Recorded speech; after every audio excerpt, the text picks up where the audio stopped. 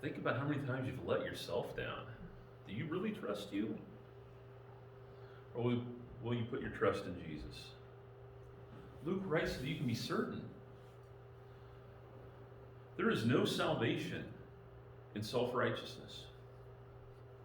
Salvation is in Christ alone, clothed in his righteousness alone, by his grace and mercy alone, in the faith that he gives us alone. So what do we do with all of this together? Again, Luke writes for your certainty. So here's what's certain. Jesus calls whosoever he wills. And he does so out of some pretty strange places. If you're strange, if you come from strange places, and if you're that sort, Jesus calls that sort. There's a quote from a movie that I like. We'll be talking about the wrong sort. In this movie, guy asks a fella, "Am I that sort?" And he says, "No, you're the sort that gives that sort a bad name." I am thankful that Jesus still calls sinners like me out of places in life that others might think would indicate that guys like me are beyond saving. No one is beyond Jesus' call if he says to them, "Follow me." But Jesus seeks out sinners. There's another thing that we can be sure of. Do you?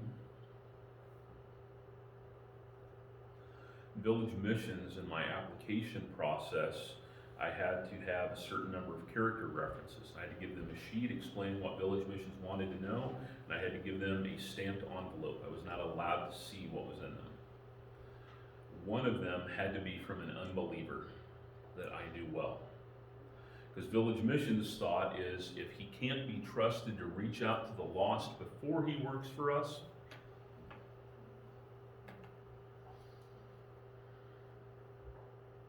and by no means would I ever suggest that I have done that perfectly.